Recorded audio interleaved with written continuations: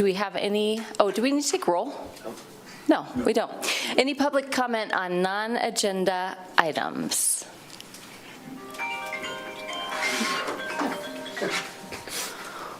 Welcome, Mr. Henderson, if you'll state your name.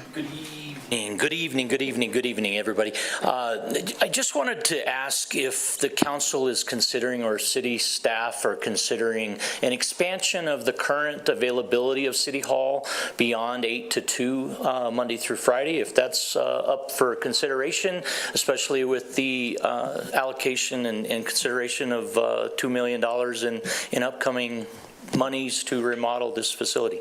That's it. One quick clarifying question. When you say 8 to 2 time? Say it again. 8 a.m. to 2 p.m. Is that what you're talking about? 8 a.m. to 2 p.m. Okay. And I don't know if that includes a lunch or that not. I don't know if that is restricted in some way beyond that, but it occurred to me today, slapped me right in the face that wasn't a 40-hour week in terms of availability to the public and business matters, perhaps, and it warranted me asking. So great. I know you don't answer questions, but points made anyway. Yeah, no, I appreciate that, and I apologize if we injured you as you turned around. You didn't do it, I did.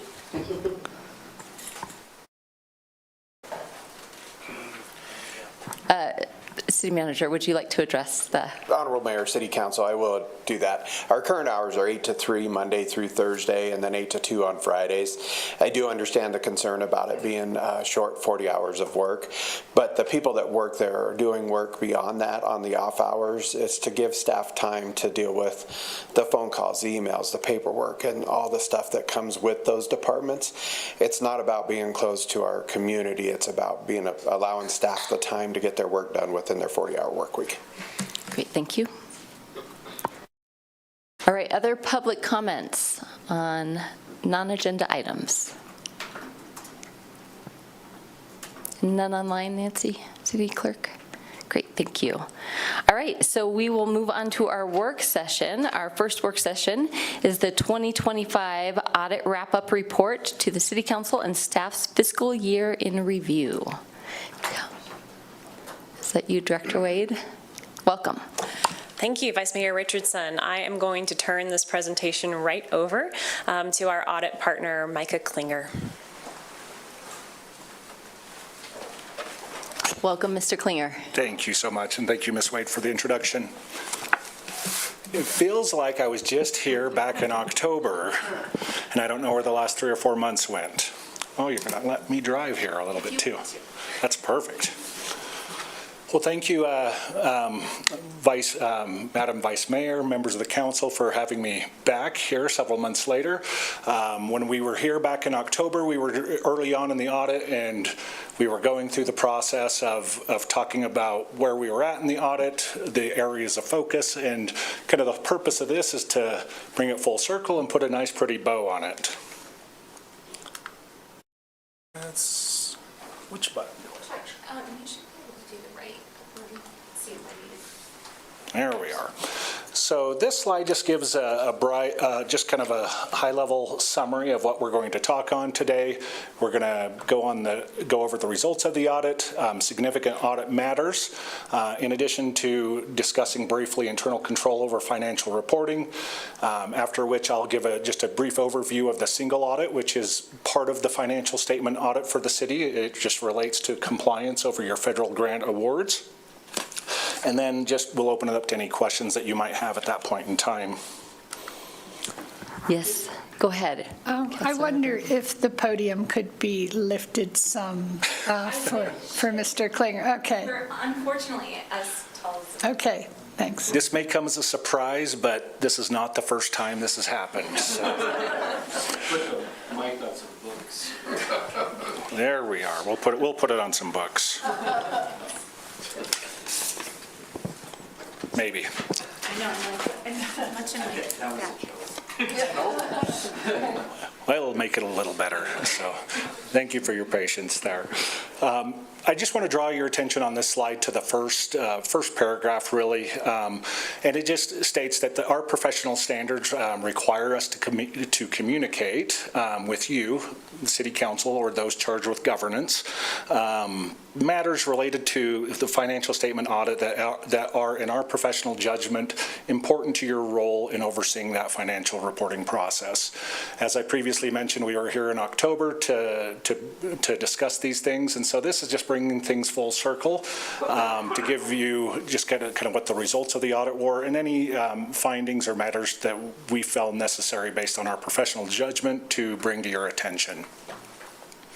And so we'll jump right into it, the results of the audit. We have completed our audit of the financial statements as of and for the year ended June 30th, 2025 for the City of Laramie. Our audit was conducted in accordance with two separate sets of auditing standards. First, general accepted auditing standards, which are kind of every entity in the United States is, those standards are applicable to them for their external audits. And then there's an additional layer given that we are dealing with a municipality, and that is government auditing standards. And so the audit was performed in accordance with both sets of auditing standards. Going to the first bullet point on this slide, the objective of the audit was to obtain reasonable assurance and not absolute assurance, meaning we look at all sorts of different things to ensure that the amounts that are stated are materially correct for the users of the financial statements, but we don't look at every single transaction of the city. Otherwise, the finance department would be dealing with the auditors year-round, every day, all day, and I don't think that that's what they want. The second bullet point on this slide just discusses the scope of the work performed, that it was substantially the same as what was communicated to council back in October. And then moving on to the last bullet point on this slide, which is the most important one, it's that we issued unmodified opinions on the financial statements, which is what you want. Unmodified opinions equates to a clean opinion, which is good news. Our opinion did have an emphasis of matter similar to last year, which that emphasis of matter in our audit opinion referred to restatements related to the beginning balances of net position related to accounting changes and an error correction. And so that is similar to an emphasis of matter paragraph in the prior year. Moving on to the next slide, to kind of conclude the results of our audit. Your financial statements, and I know that Ms. Wade will discuss this a little more, your annual financial report, it is comprised of the basic financial statements, the notes to the financial statements, and then there are several other different areas that accompany those financial statements. And the first is what we call required supplementary information. And so this first paragraph on this slide discusses that. And it just discusses that we applied certain limited procedures to several different areas accompanying those financial statements that are referred to as required supplementary information, or RSI. The first being management's discussion and analysis. That precedes your basic financial statements. And then there's also information after the notes in your financial statements related to budgetary comparison information related to the general fund and then pension and other post-employment benefit information. And so as it relates to that RSI, or required supplementary information, as part of the audit procedures that we perform, we do ensure that the information that's presented in that RSI, that it is consistent and agrees to the information presented in the basic financial statements. However, one clear distinction is that last sentence in that first paragraph, and that's that we do not audit the RSI and do not express an opinion or provide any assurance on the RSI. And this is the same whether it's the City of Laramie or any other municipality throughout the United States. The second paragraph discusses some additional information that is also in your annual financial report, and it's referred to as supplementary information. And we were engaged to report on certain information that is referred to as the supplementary information. As you can see, there are certain items that are in bold, that combining an individual non-major fund financial statements, and that information is after the notes in your financial statements and after for some of that RSI that I just previously discussed. There's also budgetary comparison schedules for all of the other governmental funds other than the general fund. And there is also the schedule of expenditures of federal awards. And so as part of our audit, we do make sure that we compare and reconcile that information to the basic financial statements and to the notes in the financial statements. And we do give an opinion over that supplementary information as in relation to the basic financial statements themselves. And then lastly, moving to the last paragraph here, there's also some other information that accompanies the RSI, the basic financial statements, and that supplementary information we just discussed. It's the introductory section and the statistical section. So at the very beginning of that annual report and at the very end, we do read that information. However, we do not express an opinion over that other information as well. Moving to the next slide, our responsibility for that other information, so that introduction in your annual financial report and the statistical information, our responsibility for that is to ensure that it does agree to the information that's in the basic financial statements. However, as the second paragraph here notes, in accordance with professional standards, we read that information included by the city and consider whether such information or the manner of its presentation was materially consistent with the presentation of the financial statements. And lastly, our responsibility also includes calling to management's attention any information that we believe is a material misstatement in fact, and we're happy to report that we did not identify any material inconsistencies that would need to be communicated to management. Moving to the next section. Significant audit matters. Management is responsible for the selection and use of appropriate accounting policies. Moving on to the second paragraph here, I just want to draw your attention to the fact that in your financial statements, note one of your financial statements contains the significant accounting practices and policies of the City of Laramie, and so that's a good place to go if you're curious about what those significant accounting practices and policies are. We're happy to report that there were no changes in the significant accounting policies and practices during fiscal year 25, with the exception of the city implementing a new accounting standard referred to as GASB 101 related to compensated absences. It feels like there's always something new coming down the pipeline, and every other year, the city is implementing those new accounting standards that come down the pipeline. We noted no transactions entered into by the city during the year and for which there is a lack of authoritative guidance or consensus on how to apply those accounting standards. And kind of the last piece that we're required to communicate to you as it relates to the significant accounting policies and procedures is that last bullet point. We'd like to draw your attention to kind of the more important notes that are in your financial statements. And similar to last year, it's note 4F, which just talks about the restatement related to that implementation of GASB 101 for compensated absences and the correction of the error that I mentioned when I was talking about our audit opinion. Significant estimates. This is where I just need to draw your attention to the fact that as part of the amounts that are presented in your financial statements, that there are certain areas that do require certain assumptions to arrive at a precise estimate in regards to the amounts that are presented. And so that's what this little table is. It's just kind of a comprehensive list of the more significant accounting estimates or areas in your financial statements that require estimates. And this is similar with no changes compared to the previous several years. Management did not make any significant changes to the processes or significant assumptions used to arrive at these estimates during the year. If they had, then we would be communicating that to you as council. Moving on, the next 3 or 4 slides are just information that we are required to communicate under any audit. The first is in regards to if there were any disagreements with management. For the purposes of this communication, if there had been any audit matters that Klinger-Hagerman felt that a certain matter needed to be treated a certain way, and management was vehemently felt differently, then we'd be required to communicate that to you. We're happy to report that there were no such disagreements between the firm and management as part of the fiscal year 2025 audit.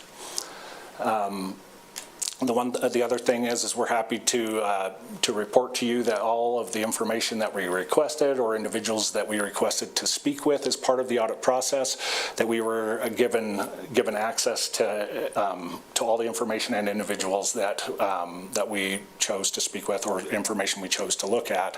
If that had not been the case, we'd be required to report that to you. The last little paragraph on this slide just notes that at the conclusion of the audit that we did request certain representations from management that included a date on that letter, which was the same date of our audit opinion. Ms. Wade may be able to attest to the fact that it kind of feels like you're signing your life away, but it's essentially just representations that, to the best of management's knowledge, that they provided us with the information that we requested and so forth. This first paragraph on this next slide kind of relates to the first paragraph on the previous slide, and it just goes along the line of if management had disagreed with Klinger-Hagerman in regards to the application of certain accounting principles or practices as it related to the city's financial statements, and they decided to go and speak with other accountants or another firm to get their opinion on that, would be required to communicate that to you. This is often referred to as opinion shopping, and we're happy to report that we're not aware of any such consultations with other accountants occurring. Now with that, I'm going to just briefly touch on internal control over financial reporting. And this is something that we do as part of every audit. There are certain things that we, as part of our risk assessment, which we talked about back in October, that we do look at and really dig into.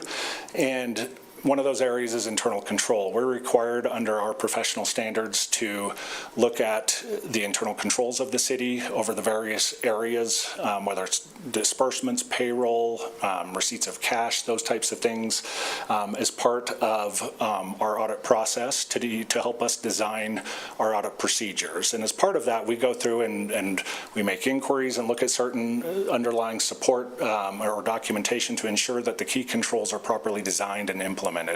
However, we do not provide an opinion over the operating effectiveness of those internal controls, and that's just a key distinction between public companies that are traded on the stock market. For public companies, the auditors are, in addition to giving an opinion over the amounts that are presented in the financial statements, they're also giving an opinion and doing a much deeper dive into those internal controls for any non-public companies, which includes any governments as well. That is not something that happens for any organization throughout the United States. Oops, sorry. Please, Council. You probably could tell by the look on my face that the difference between having an opinion, like you're supposed to point out a material weakness, doesn't that mean you have an opinion that it's weak? Well, I don't understand that distinction. I'll draw the distinction right here. And so as part of our audit, if we become aware of any control deficiencies, which as we, depending on the city or municipality or client that we're auditing, we have best practice recommendations. Sometimes we find issues when we evaluate the design and implementation of those internal controls.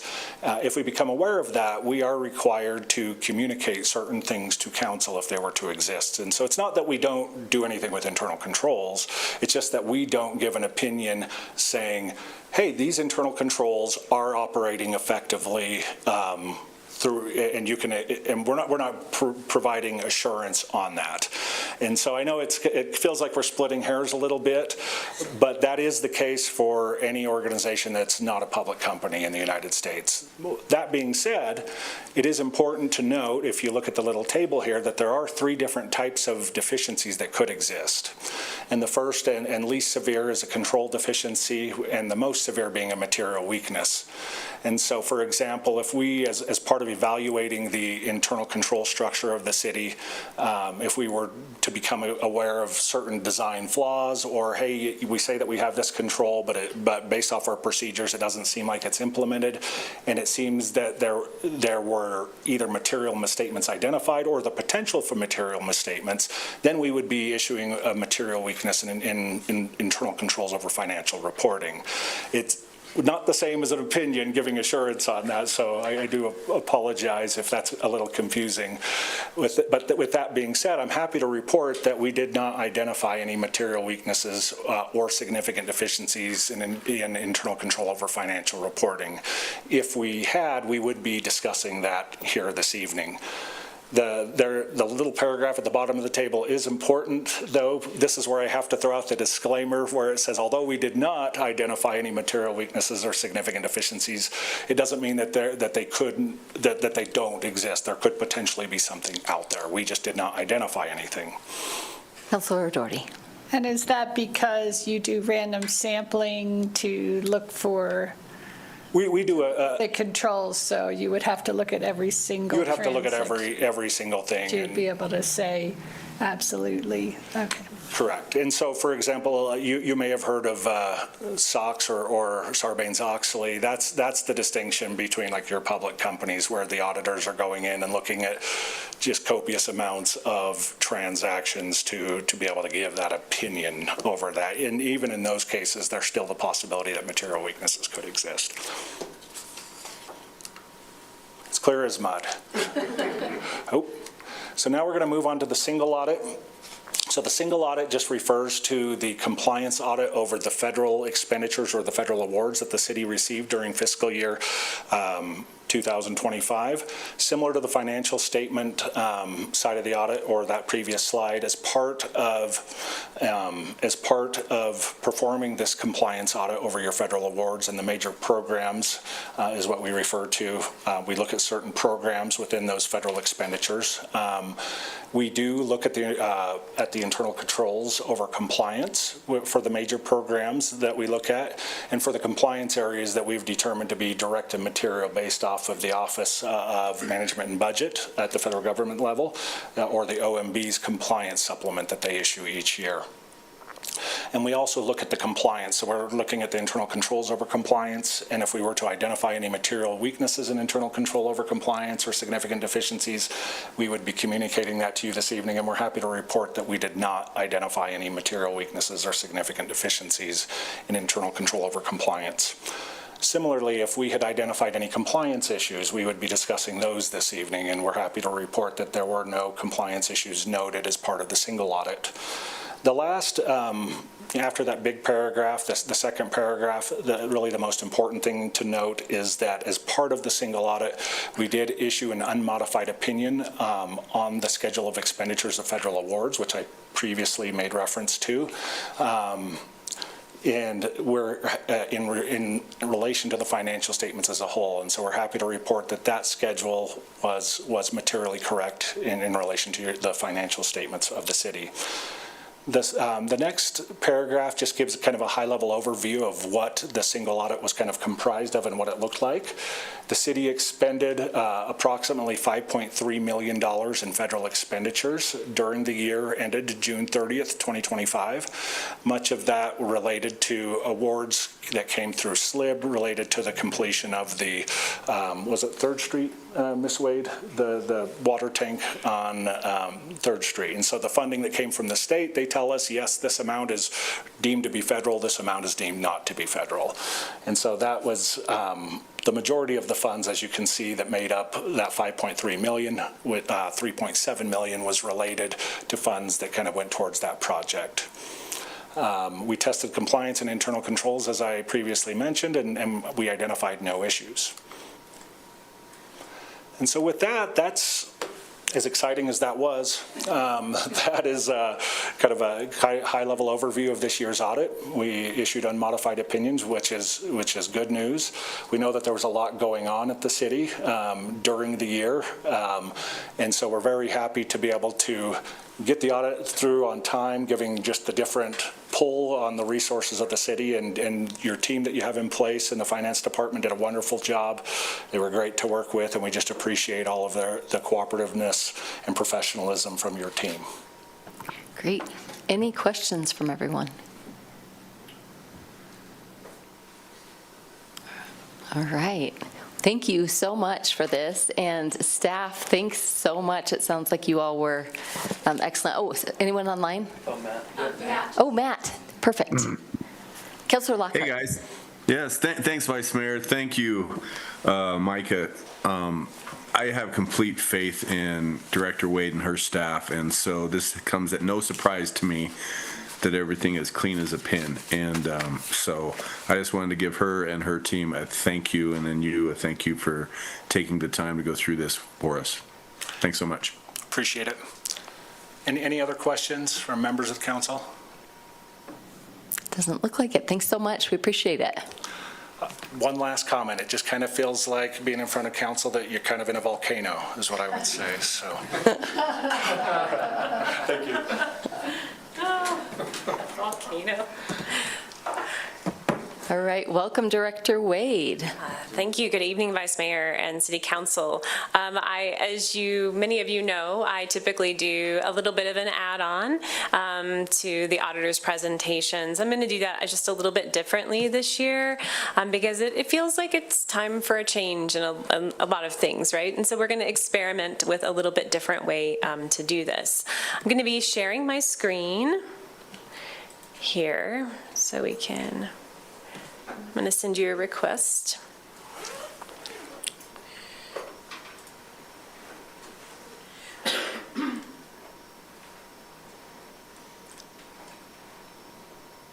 And thank you for your patience as we work out this small detail.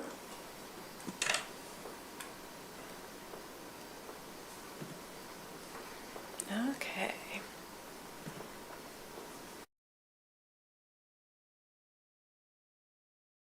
Great.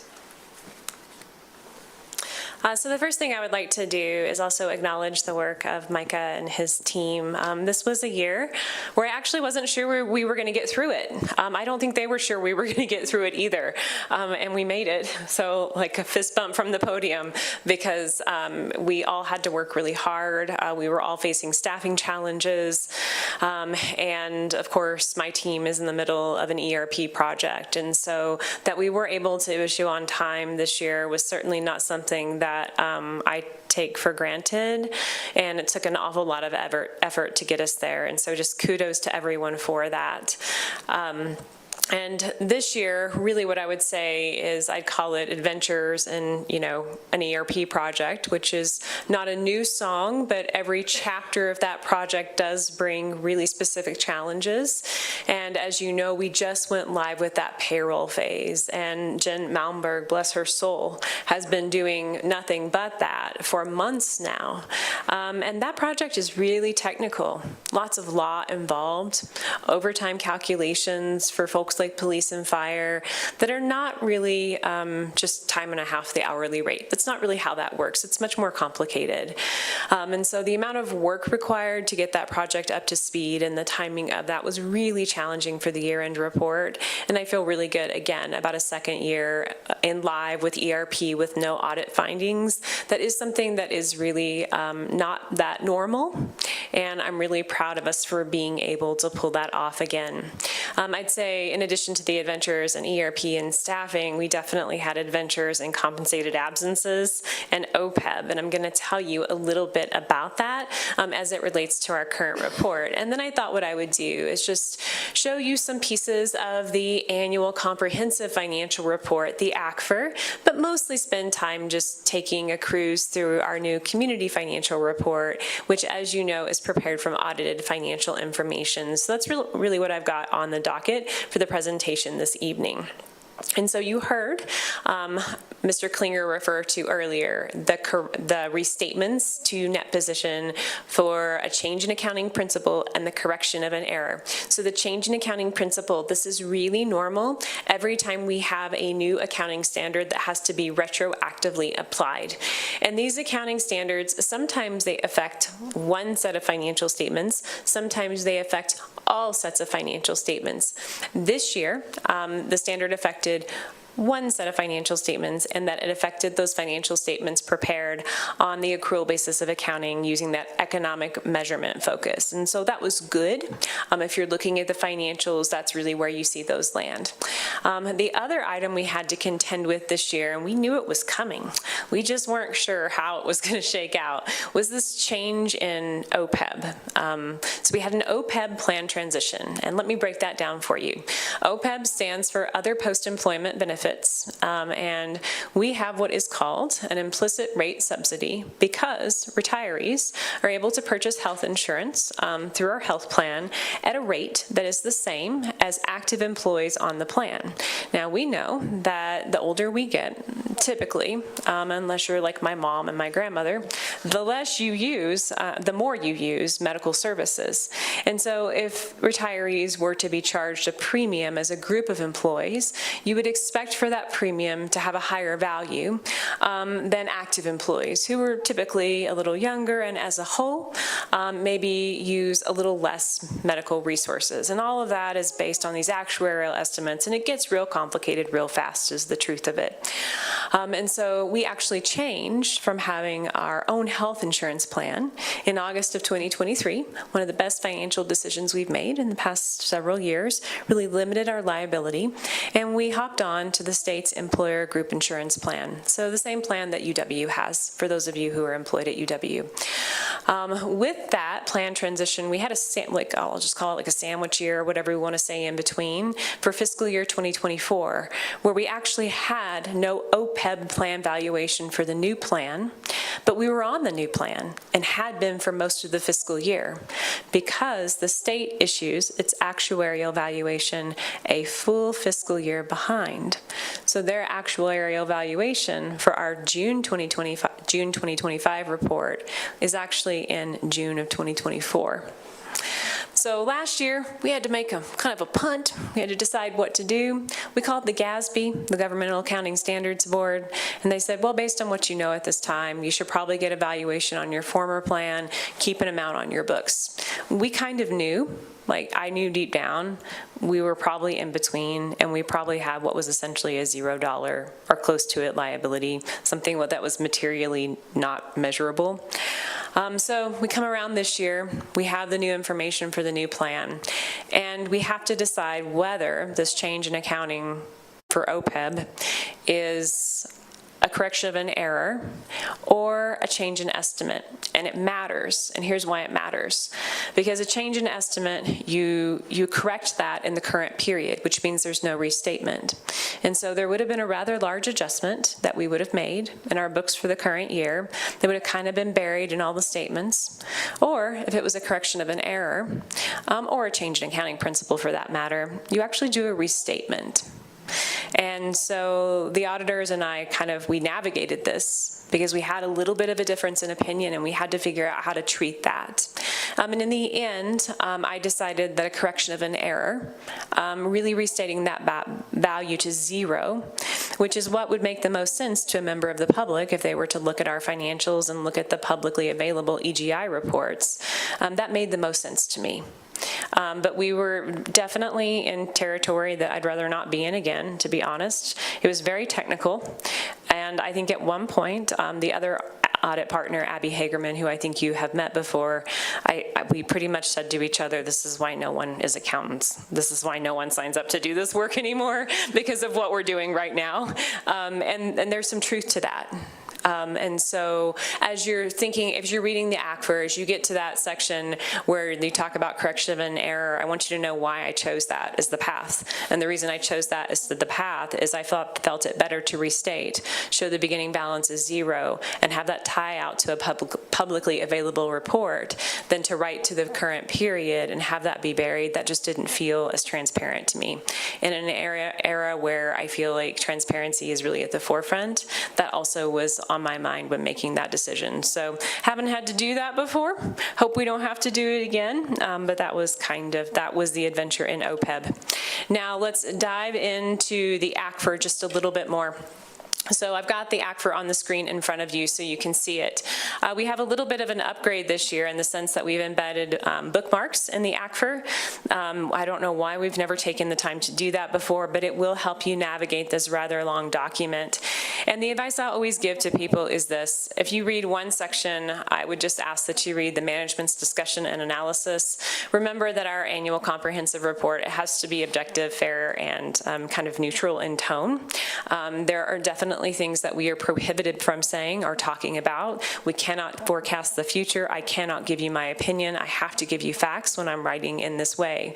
And so reading that management's discussion and analysis, I think it's about 20 pages. It's going to give you a pretty good overview of the financials without being so overwhelming. I mean, once you get into all of those numbers, if you don't like numbers, I understand how that could be a really hard place to live.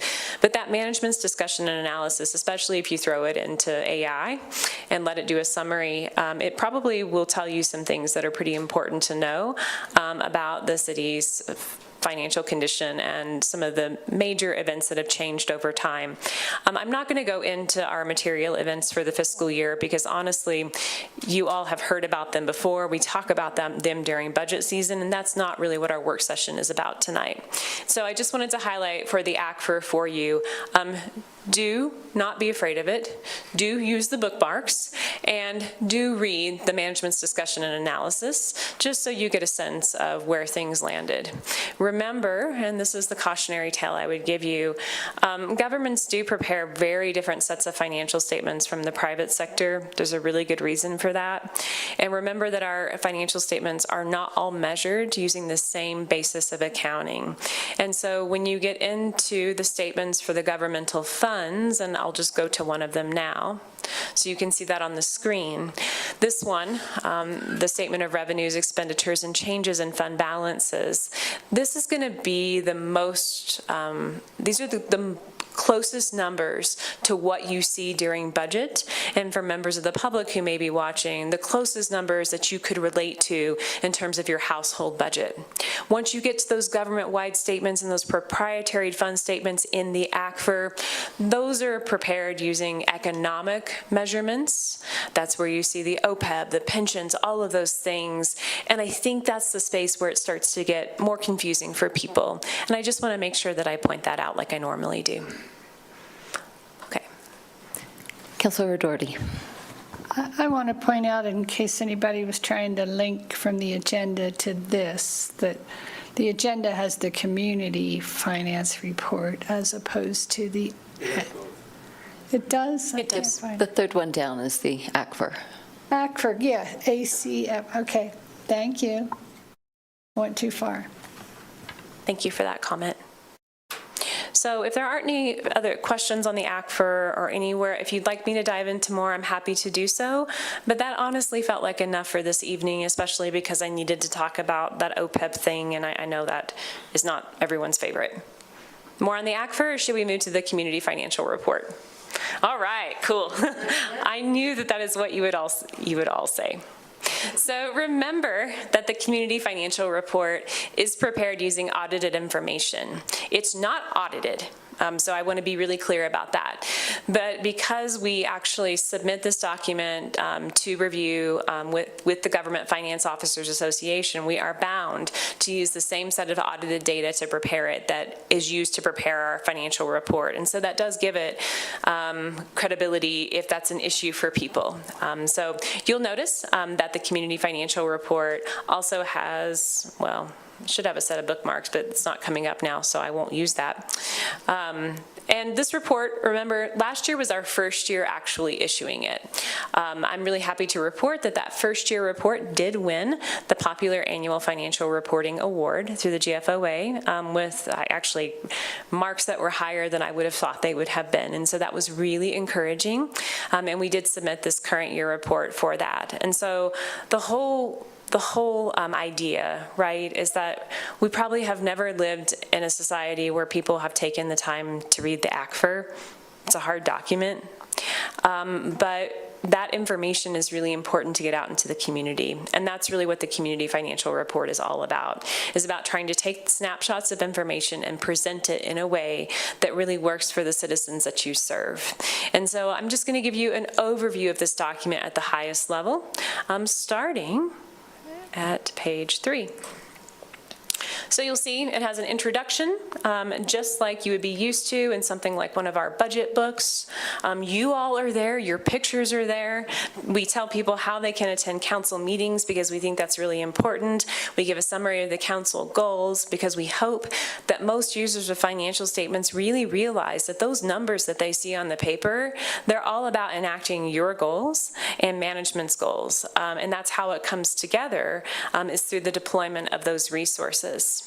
If we go to the next page, you'll see we just do a little section where we talk about how much we love Laramie and give some statistics about the kinds of services that we offer. And this year, I also incorporated on the next page a new section called the Year in Review. And so just at the highest level, what's really going on at the city. As of the date of report issuance, we talk about the City Manager's Budget Advisory Committee. There's a video embedded of that interview with the 2 committee members, which is really cool. And so you start to see a little bit more interaction built into these reports. And I can't wait to see with tools, like technology tools evolving, how they are, what might be available to us in the next 5 to 10 years in this way. I dream about a report that is fully interactive and searchable that you can dive into. We're not quite there yet, but we're getting started down that path. I want to point out, I'll talk a little bit later on, but honestly, you guys, like I said earlier, this finance team, man, years of ERP implementation now. They continue to crank out fantastic work, but not for the fantastic commitment of Jen Malmberg and Spencer Couturi's leadership, who you have met before. None of this would have happened this year with all of the new team members we had and the ERP project and everything that was required. And so I just want to make sure I really do give a huge shout out because it took the whole village. Dylan Matlock is with us tonight. He is definitely part of that equation as a newer employee, which is really tough if you think about that. And so not many people doing a whole ton of work all of the time. So I'm going to jump ahead to page 8 in the report, and you'll see a summary of that citywide net position statement. This statement is going to be on that economic measurement that it's going to have the focus being economic measurement. So you're going to see things like net pension liabilities, long-term liabilities, capital assets, things that you would see if you were looking at like a private sector set of books that was publicly traded. And so this is the same type of measurement that they would be using for those things. So again, applicability to the routine household, maybe not as easy to translate here, but still important, still an important measure of our economic health and how that economic health is changing year to year. If you go to page 9, you're going to see the same statement, except it's the statement of activities, so it's the income statement, if you will, to that balance sheet that we started out with for that economic measurement focus. Notice on this page at the bottom, I've got a little have you heard call out saying, hey, there's been a lot going on this year. You might have heard of the surface water drainage fee, that thing.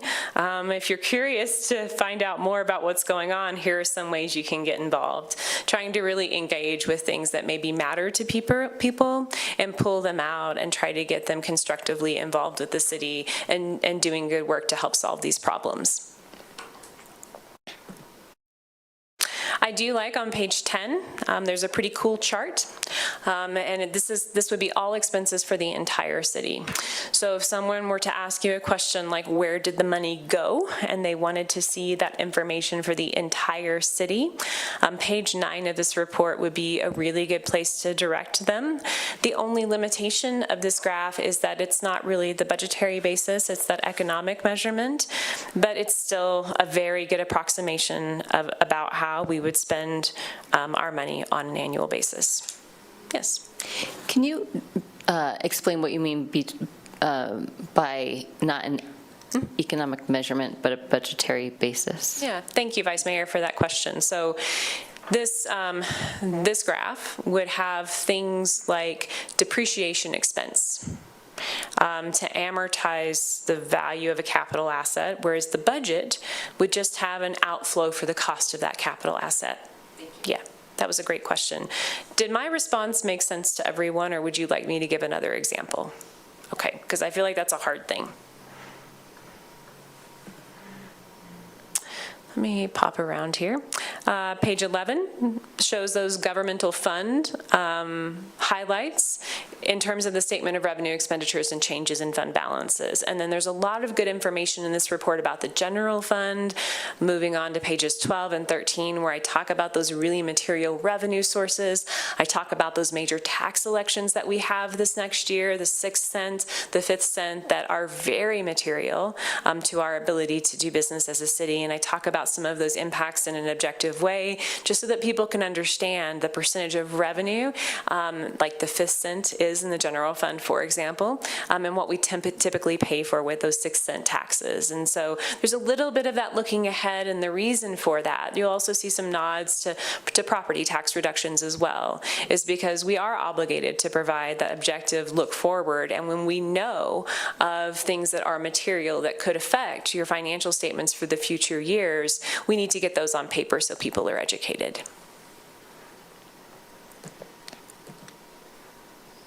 On page 14, I think this is the last place I'm going to stop and pause. This is a pretty cool chart that Owen Schilt, one of the many awesome people who work here, came up with. And this is a chart that we developed to try to show, like, where does the money go in the general fund based on the financials. I think that we're going to have to do a little bit of refinement to this chart. I continue to not be happy with how many things we have rolling into the other government category. It's just too much, and excuse it. So we've got public safety, and then we've got this big section that's a lot of aggregated functions, and then we go single functions again. And so the proportions, if you're a member of the community, they just don't work very well. And so next year I've flagged this for an improvement because I think it just needs a little bit of work. But what I've done in the meantime is I've actually shown on the bottom of this page what different things go into that other government category so people can see that. Councilor O'Doherty. Since we just learned about the more than 5.2 million of federal funds last year that you managed to track pretty well, where does that show up in this graph? Councilmember O'Doherty, you are going to test my memory. I believe that most of those expenditures actually happened in the enterprise funds, not in the general fund, so they would not show up on this graph. Mm-hmm. Go ahead. Thank you, Vice Mayor. Thank you, Director Wade. And with this being the general fund, would that other government, 23%, is that where most of our salaries of our city staff would come from? Vice Mayor, through you to Councilmember Freed. No, that is not. So personnel, so in the ACFR, personnel costs are actually reported by function. So they're considered to be just a pure functional cost. Like, so to do policing, you have to have police officers. So you don't report those personnel costs separately. And so what you see here are many functions that are aggregated, as described in the chart right below this picture. So we have general government. Those would be costs that either benefit the whole government or are not attributable to a specific function. So the biggest component component of that last year was warm property and liability insurance. I think that was something to the tune of about $600,000 and maybe a little bit off on that. Our community partner funding lives in general government, and our fee-for-service agreements live in general government. So I've got that called out in the report a little bit earlier, but I continue to think that that's a division that we need to refine a little bit, because every time I try to graph it, I'm really unhappy with how it looks, and I expect the public may be unhappy with that too. You'll also see finance, IT, city administration, city attorney's office, planning, public works administration, facilities management, HR and risk management, fleet services, judicial services, city clerk, community and economic development administration, and city council, all rolled up into other general government. So there really is a lot going on there. It's too much. Yeah. Mm-hmm. Other questions? Go ahead. Okay. So I think that wraps up the overview of the community financial report. Really what I hope to do is to increase your awareness of this document, encourage you, if you didn't go spend a lot of time with last year's report, please go out and read this year's report. It'll give you a great foundational understanding as we enter the budget, and it's also a really friendly document to share out in the community. So if you hear people who are expressing concerns about like financial position and oh my gosh, there's all this deficit spending and the city's about to crumble, you can say, you know, actually you can go get information about the city's financial position, and here's where you can do that. It's a pretty friendly document, and the lady who writes it, like if you don't like something about it, she'll even listen to you and talk about like what maybe we could do better the next year to make this document really tailored to the needs of our community. So with that, I believe I would be done with my prepared remarks. Thank you. Last chance on council for other questions, comments. Yes, Councilor Behill. Thank you, Vice Mayor. Thank you, Director Wade. This is very helpful. And so maybe two things. One, just commenting on the have you heard section. I love that. I love how, you know, we're trying to make this document as digestible and readable as possible. That's really helpful for someone like me because I did not get elected on my like ability to know all of this, right? We're just being honest. And so the other thing that I really appreciate is just the aesthetics of this document as well. I think that, I mean, it sounds superficial, but I think that's really important. In my day job, I'm working on websites, right? And like trying to figure out how to get people to look at the thing. And so, Vice Mayor, if it's okay with you, can I just ask a quick question? Who does this? Like, who does the marketing? Like, who puts this together? Vice Mayor, through you to Councilmember Behill, I do. Okay. Great, thank you. Thank you. I was actually going to say thank you for that, because I feel like sometimes, you know, we are so good, and it isn't just me, it just happens to be me on this, whether it's me or Jen or Dylan or whoever, we are really, really good. I heard someone say like the Wyoming way is like making more with less. I think Coach Sundance said that last week.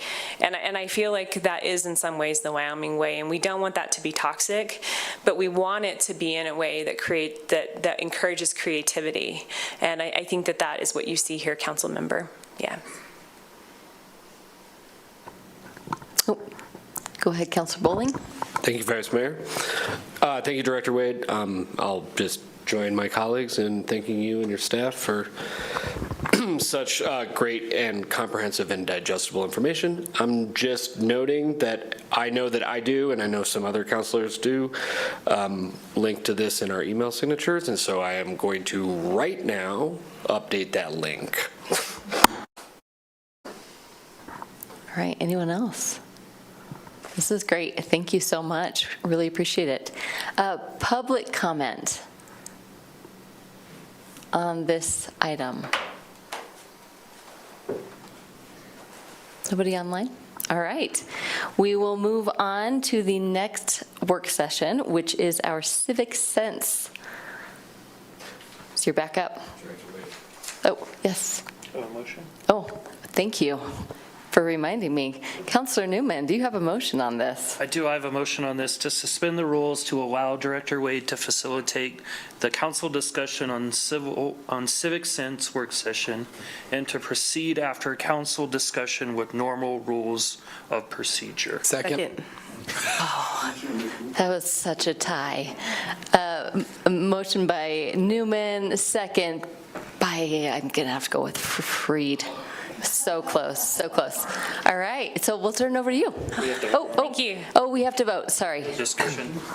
Counselor Shumway. This being a work session, I was not aware that we could make motions and vote. For suspending rules, you are allowed. You're allowed to? So we don't have to change it to a different type of meeting? Not that I was aware of. City Clerk, Well, city going to clerk would answer?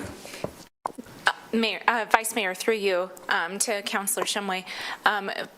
Per what we've heard from our city attorney before, when it's in relationship to just procedure, we're okay to make motions. We're not voting to approve or deny anything tonight as far as items go. Thank you, City Clerk. And as a reminder, it is to kind of encourage just a little bit more open discussion. And so, again, nothing being voted on. Okay. Turn it over to you. Oh, and City Manager, we still have to vote. All in favor? Aye. Aye. Any opposed? Okay, motion carries. Now I will turn it over to you, Director Wade. Thank you, Vice Mayor.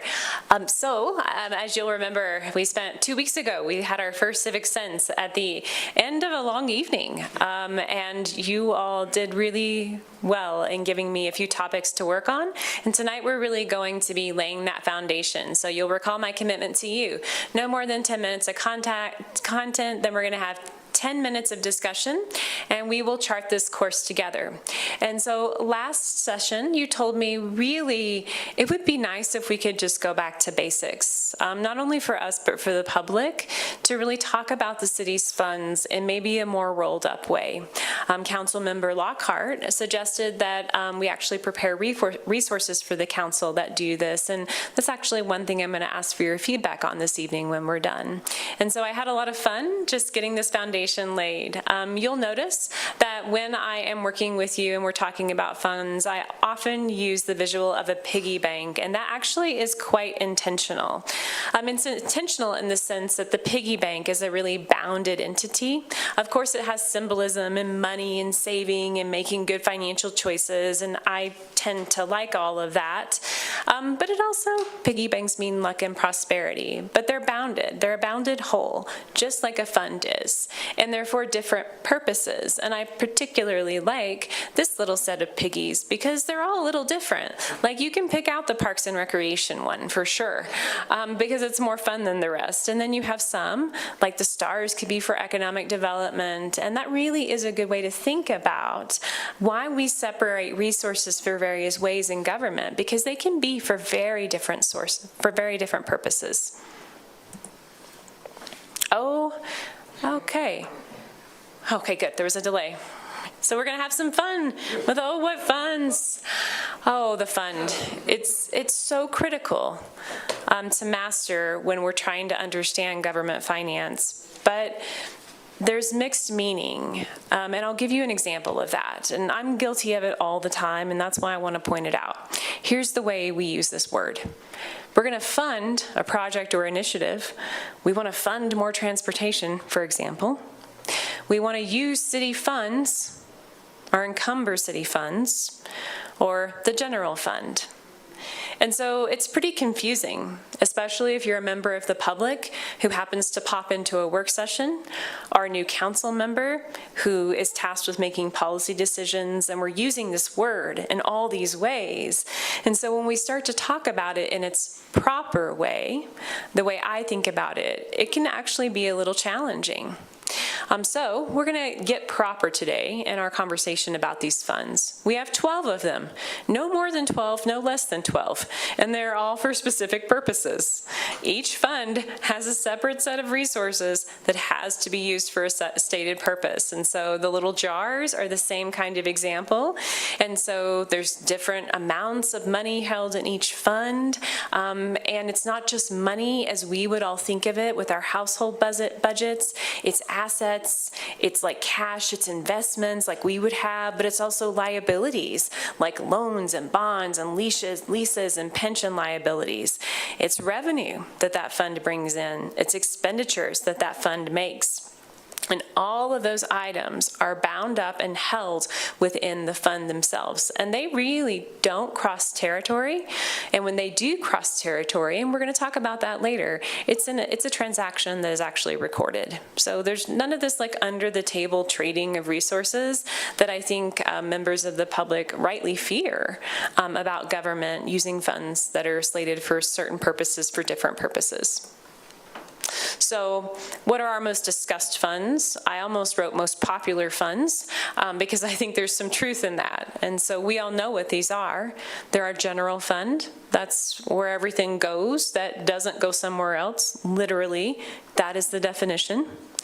The Recreation Center Fund, that records all financial activity for the rec center, funded by user fees, grants, and support as needed from the general fund. The 2018 SPET Fund, that's for those restricted voter-approved taxes and expenditures related to those taxes and interest. So that interest is kept and allocated. The Water Fund, the Wastewater Fund, and the Solid Waste Fund are enterprise operations, funded funded by user fees, grants, state loans that pay for those utility operations, so the water utility, wastewater utility, and solid waste. And so at the highest level, these are where the money comes from and goes to for our most popular talked about funds. And honestly, most of our financial activity, the lion's share of our financial activity happens here. A far less share of our financial activity happens in what I'd call the lesser known funds. Now, some people know a few of these funds, but they don't come into light very often. I'd say the ones that people are most familiar with here might be the Economic Development Fund, which is funded by economic development agreements that generate revenue only for economic development. Or maybe you know about the Parks and Rec Development Fund, which is basically a pass-through fund for Albany County Recreation Board grants. It's possible you've also heard of the Capital Construction Fund, which is where we pay for big multi-year, multi-fund projects that tend to have more complicated funding sources. But there's a really close tie between the Capital Construction Fund and the General Fund. But we also have the Cemetery Perpetual Care Fund, the E911 Fund, and the Opioid Settlement Fund. We will resurrect these smaller ones again during budget. I'll do a good job at least providing a little bit of an overview, but I wanted to make sure that these got documented so that you had it as a reference. So what I heard from you all last session is we really want to understand at the highest level, where does the money come from and go to? And I definitely have some charts prepared to help you visualize that. But at the highest level, I really felt like I needed to say that we operate on funds generated within and by our community and its visitors. So we all know that, right? Public funds. Some funds are generated through taxes, while others come from user fees. Not inconsequentially, we also operate using funds generated by state government. Think about those severance taxes, as well as federal funds passed through to the state level, like mineral royalties, grants, SRF loans, and then direct distribution that we know and love is kind of a hybrid of federal mineral royalties and severance taxes. And so we very much function on this public money. And we're entrusted with that public money, and we spend that money on services that build our community. That's what government's about. We have public safety services, infrastructure development and maintenance, parks and recreation amenities, and similar expenditures for the public good. And these expenditures are determined during the budget process and reflect public priorities. And so I'm hoping that certainly no one on the council and maybe members of the public, no one thinks that the budget is an exercise in numbers, right? It's actually an exercise in determining very real priorities for our community, and gives us kind of a roadmap for how we're going to do that moving forward through the allocation of resources. So we'll dive into the general fund. So at the highest level, the general fund, the biggest revenue source, well, they're almost tied. The 4th cent sales and use tax, which is a shared tax. It's a state of Wyoming tax, right? So it's not a local tax. And second largest category is other shared state taxes. So that's everything from federal mineral royalties, severance taxes, direct distribution, cigarette tax, special fuels and gas tax, all of it, Yep. So all of those items that are actually not enacted locally and are enacted at the state level and distributed back to are included in that state shared revenue, because we get it because we're allowed to get it, more or less. The next biggest source right underneath that is the 5th cent sales and use tax, which we all know comes up for election this year. And then trailing behind that quite a bit, if you'll notice, is service charges. So service charges in the general fund are things like mosquito control, building permits, plan review fees, etc. And then behind that are property taxes. Does anyone find that surprising?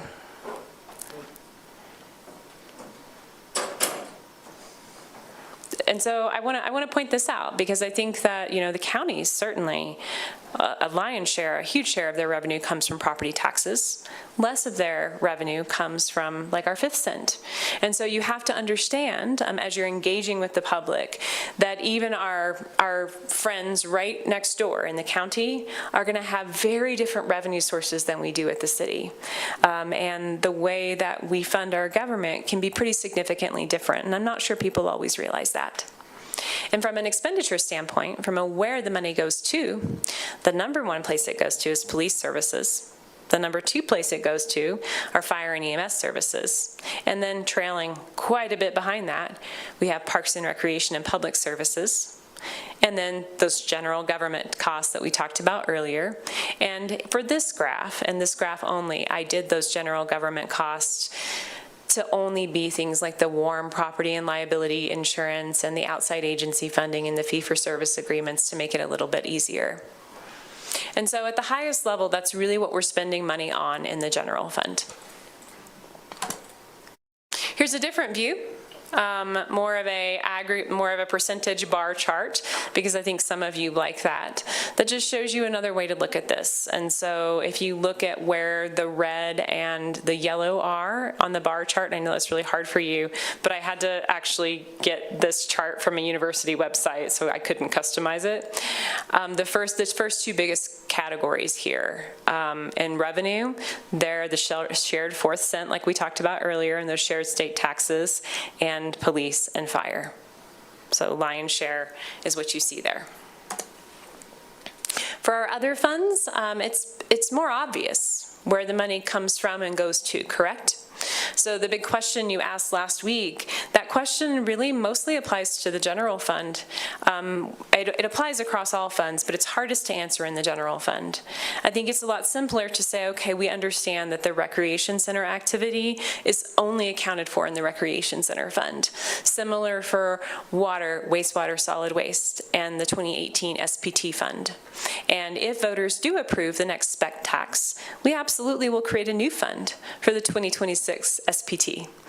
So we don't cross, especially our spec taxes between those years. And I also want you to know that the interest we earn on those spec tax collections that are not expended get allocated to the ballot categories that the voters approve in a proportional way. And so that money is always being returned back to that voter approved ballot in a fair and consistent manner over time. So let's talk just a little bit about transfers between funds, because this is always an area that makes folks a little bit nervous. And honestly, sometimes when we talk about it, when we have a budget amendment and we need to do this, I feel like it's a little confusing just explaining it. And so I wanted to dive in deeper here. So here's some things to remember. The movement of money between funds always results in revenue to the fund that receives that money and an expenditure to the paying fund. There is no exception to that. The books will not balance. It will not work in governmental accounting because each of those funds has a separate set of self-balancing books. And so there's actually no way to book that transaction and have it not be that way, which is really good. That's how you want it. Our interfund transfer expenses have to be appropriated in the budget. So if we're doing real movements of resources between funds, like you all sometimes will say, we want to do a capital project support transfer, and we're going to appropriate money for that. The reason you're appropriating money is because it's an expenditure, and we have to move money from one fund to the other. Second, yes, just pipe in. That's right, we suspended rules. Thank you for this. Yeah. Again, I'm just thinking about a recent example. So when we needed to approve replacement chiller cooler for the Ice and Event Center, and that came from general, like that was a transfer, correct? Councilmember Bowling, that one, if it had been in the Recreation Center, it would have been. Okay. But the Ice and Event Center does still live in the general fund. It does. Although we may change that up in the future. Yeah. Yeah. That's confusing. It is confusing. Yes. Super confusing. Yep. Yeah, we actually talked about that today in a meeting, is when the right time for that will be. I know. I think like three years maybe. Yeah. So funds that are restricted in purpose must only transfer funds for those authorized uses. So multi-fund projects, it is true that sometimes in the capital construction fund, we will construct a project that has a water fund contribution. The amount that the water fund contributes can only be basically, I'd say, the retail value, the exchange value of what that water fund receives. So there's no subsidy contribution implicit in that. It's more of that exchange transaction. Governmental funds, though, like if we were to say the general fund and the recreation center fund, they can support each other with resources more freely, assuming that those resources are used for whatever purposes that might be restricted. So if there's a restriction there, we always honor it. But if it's an exchange between governmental funds, it doesn't need to be arm's length, and they cannot be exchange-like. And transfers between governmental funds and enterprise funds must be, again, that exchange-like. And I want to talk a little bit about what we have retitled the enterprise funds shared services transfer. I intend to talk about this a little more during budget this year. I think there were some questions after budget last year, and we put some information out there. But this shared services transfer basically allocate costs of positions like mine that serve the entire city to the enterprise funds based on objective cost drivers. And we work on those drivers every year. And I'll give you some examples. And I'll give you an example from Jen as well, and Dylan, who's also here. And so my position and Jen Malmberg's position, we're distributed across funds based on budgeted expenditures, because that is the truest measure of our work and how those financial transactions flow through to us. Dylan, who's in the back of the room, has been working on payroll for most of the year, bless his soul too. And so full-time equivalent positions are a much fairer driver for cost allocation for his position. And those percentages are actually different. And so for each position that we allocate, we go through and we say, what is the best way to actually share this cost? Nancy's position is also like that because she serves the entire city. And so we always do err on the side of, if we're in doubt, we charge the general fund more. That's actually our rule. And we always make sure that we have those objective measures in place. But many positions, I would say we probably have about 20 positions that are charged out in that way. Finance, clerk, HR, IT. So those are the kinds of services that we're talking about. Engineering. All engineers are paid for in the general fund. But that they're out there doing water, wastewater, and solid waste projects. And so there are really valid business reasons why we do this enterprise fund shared services transfer. So at the highest level for enterprise funds, you can see water generates the most user charges. I don't think that's a surprise to anyone. Wastewater is much less, solid waste is less than that. And of course we have the most water expenditures, and then wastewater coming in, and then solid waste. And so you can see just at the highest level what that looks like. So as we're wrapping up, I just want to put a note in there about reserves. Reserves are created in several ways, and I just want to make sure everyone's really comfortable here. So you can have revenue that comes in a little higher than you expect. So if it's a little bit higher, it's probably not going to generate a ton of excess reserve. But if it's a lot higher, like the sales and use tax collections from wind energy development, it's going to generate a significant amount of reserves, unless you're starting to build up your budget in a way that's relying on those one-time amounts, and I don't really want to do that.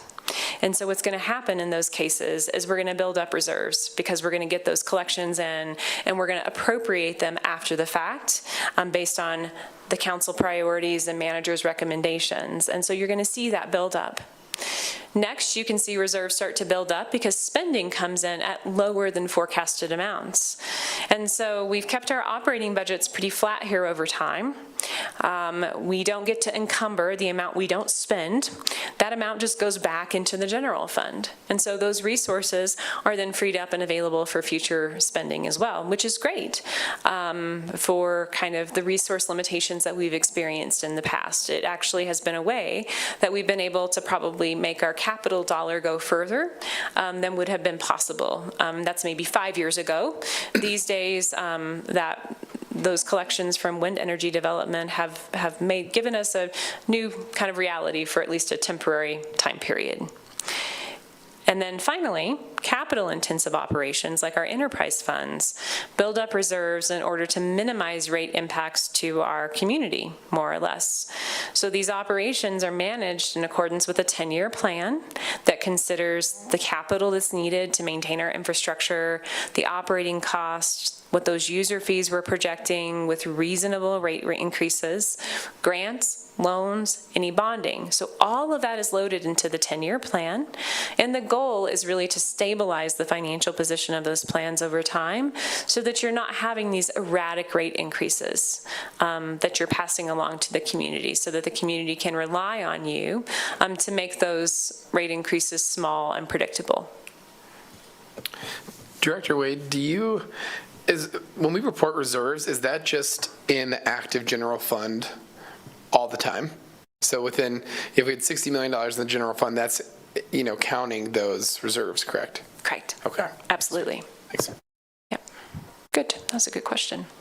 So that wraps up. I went a little bit over today because I slowed down a little. The OPEB made me a little tired earlier, and so I didn't quite go as fast as I was hoping, so thank you for letting me go a little longer. So we're at the point where I'd love to take further questions, have some discussion. I've got 2 ideas from last session that you guys put out there. One is the story of our community is told by each fund, and the other is the decision-making process. So where do we want to go next? What questions do you have? You have somebody on the line. I have a question or a comment, Director Wade. Hi, Matt. Hi. This is exactly what I was looking for. I've already printed it off at home, and I'm going to laminate front and back and put it in my binder. This is exactly what I was looking for. So thank you very much, because it dumbs it down for people like me to better understand it. And then if someone has a question, I have my binder. I can just say, well, let's take a look. It's a nice reference manual. So thank you very much for the work that you guys did on this for us and the community. Thank you, Councilmember Lockhart. I actually was going to ask you in particular, I was going to do you a 1-pager, like the entire council, I think a 1 or 2-pager that just summarizes kind of the highest level here. Do you all like the, I'm going to go back in my presentation. Do you like, and I know I would have to mess with the colors, do you like this graph better or the bar graphs? I prefer the bar graph. Yeah. Bar graph is nice, because then you can see a little bit more on the dollar amount. Okay. Myself, I like that too. I agree with Councilor Bowling. It also sounds like I may need to add the divisions that are funded in the general fund, just to help with some of those things like the Ice and Event Center that get a little weird.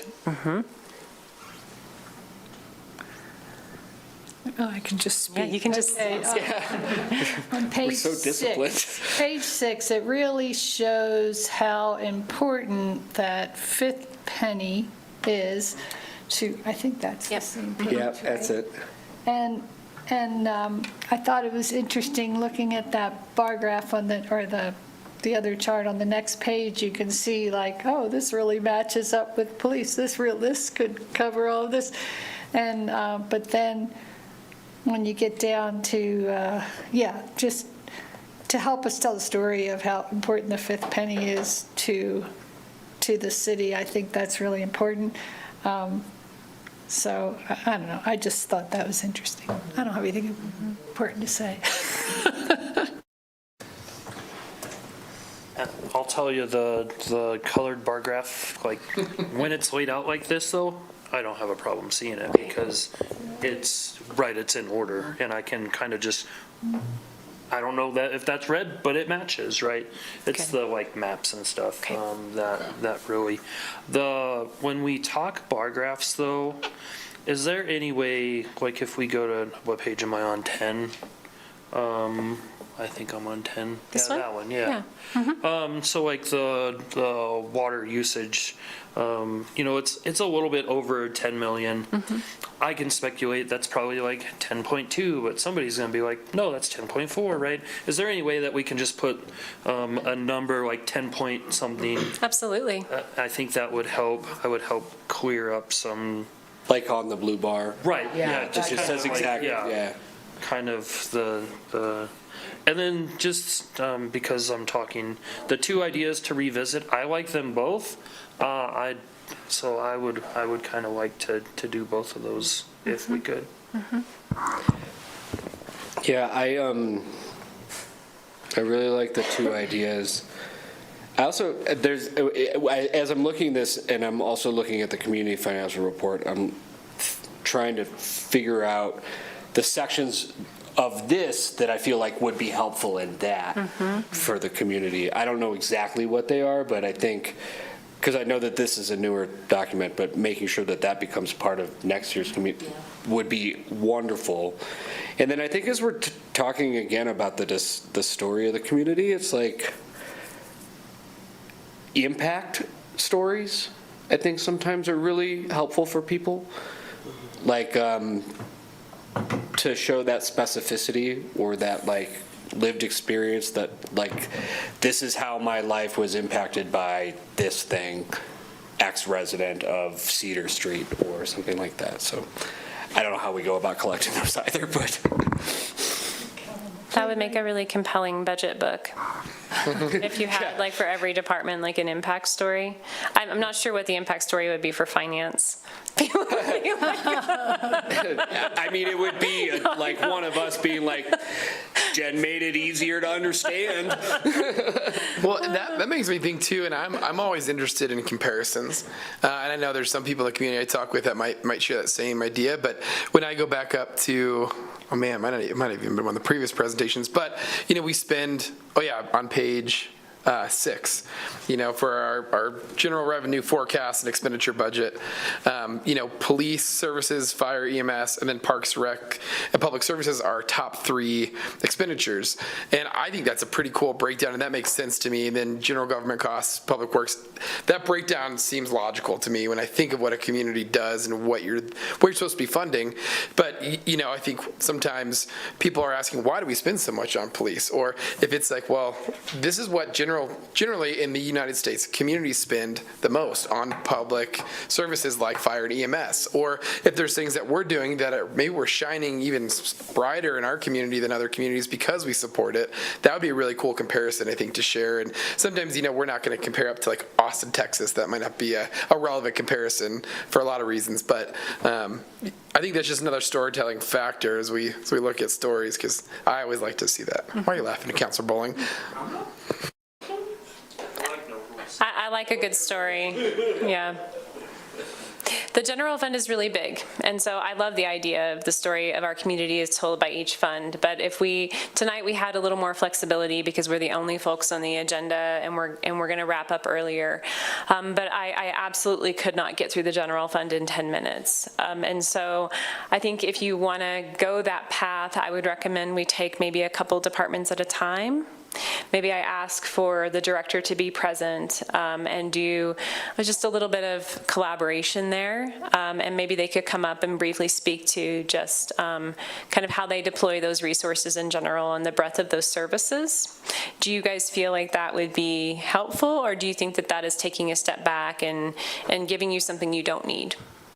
I think that's helpful as long as it's not more of a burden on those, department heads to come in and spend more of their time that's valuable. But I think that would be helpful for me. I really do like that idea if it's feasible for the staff. Okay. Just to clarify, are we talking about the decision-making process over, or is that The story is told by each fund. And so if we're thinking about the general fund, like how to break that up, and Sure. it's probably not just my voice. There is definitely a financial voice to that. But if you really want a story, then I need to invite a co-author into that. I think that would be good for like Owen and those guys to kind of make some like Facebook or social media post out of those meetings too. And it kind of helps our goal of, the transparency and budget transparency a little bit more too. I know it like adds a little bit to our work and then your staff's work, but I think it's going to help a lot. Yeah. I wonder if it's true that it adds a lot because the department heads are already thinking that way as far as the next year's budget. I want to say that one of the criticisms we've heard here in council a lot is buildings. People are never going to get over that operations center because that just rubbed people the wrong way. Like certain people that, and it was several councils ago that was approved, and I think that was also SPET money that was for that. No, it wasn't. Anyway, but to me, when I look at this budget, that doesn't look like a big part of it is buildings. It's mostly operations and people. So I would like to counter that. I'm just really kind of tired of hearing that. I would love to show some visuals of where those people worked before and how it's more efficient to have people together and have them in a warm place. So that's one thing that's been kind of grating on me is having to hear that meeting after meeting when it was a decision made years ago. And some people just aren't going to get over it. So I would rather have a story to tell about that. Thanks.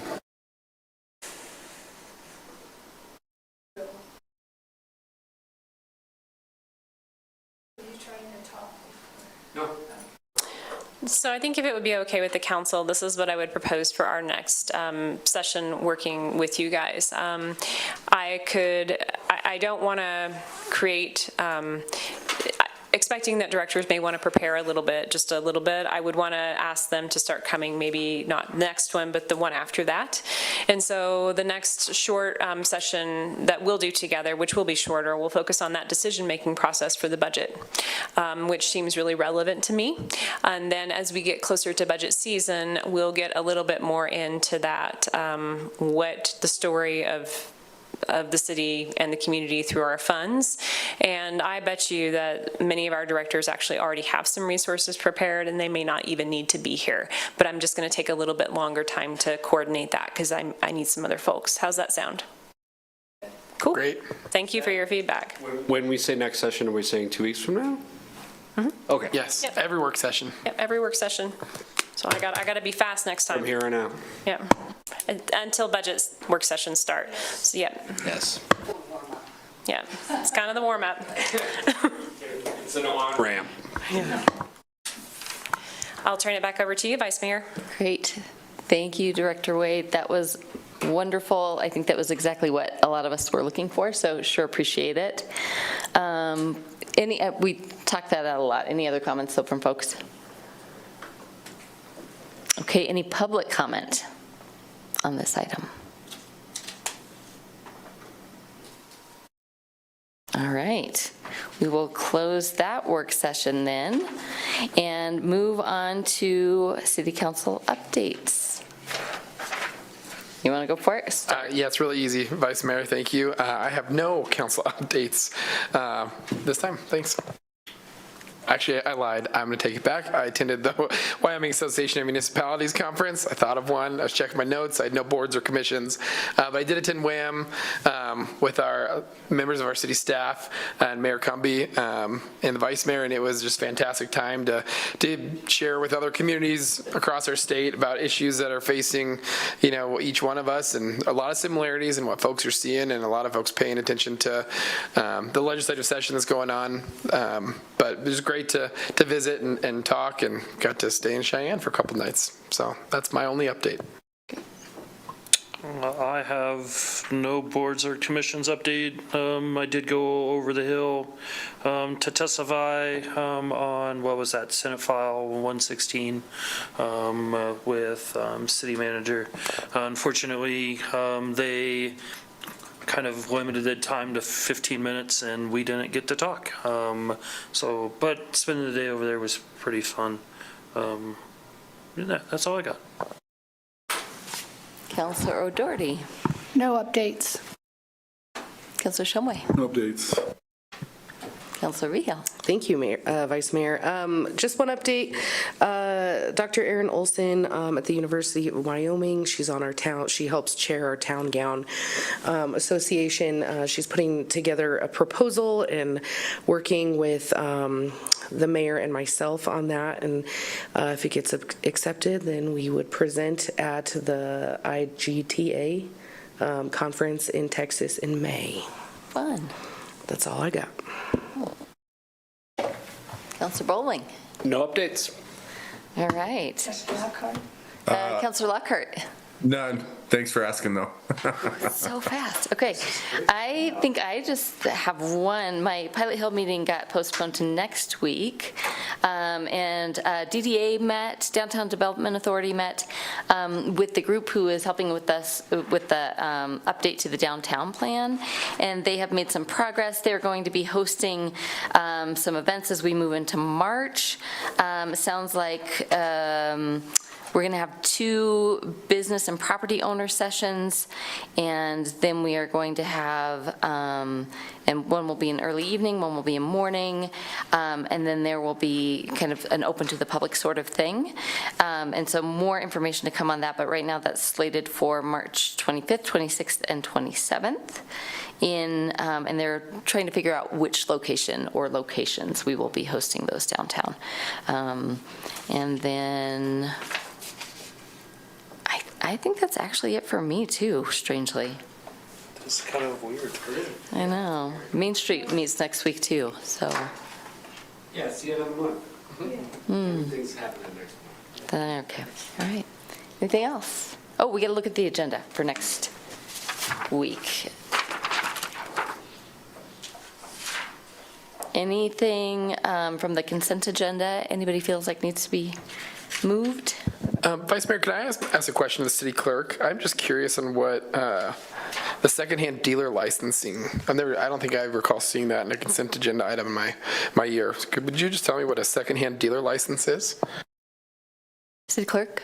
Vice Mayor, through you to Councilor Freed. A secondhand dealer license is required for anyone that sells used items. So it's defined in municipal code there. So in this instance, it's out at Snowy Range Flea Market, an organization within there getting their secondhand dealer license so that they can sell. That makes sense. Thank you. You're welcome. Anything else from the consent agenda that folks feel like need to be moved? Okay, then to the regular agenda. Councilor Newman. I reached out to city attorney and I would like to add an executive session for personnel to the meeting, please. Second. We need a second for that? I think so. We don't need a second. Okay. We will that night, Okay. Actually, no, you can just request it tonight and we can go ahead and add that on. I'll record your second, though. Who was that? Was that Bowling? Yeah. Okay. Okay, any other changes to the agenda for next week? Or thoughts, questions, comments? All right, thanks, everyone. 7:32, we are adjourned. I don't know if we need to. See you, everyone. Thank you.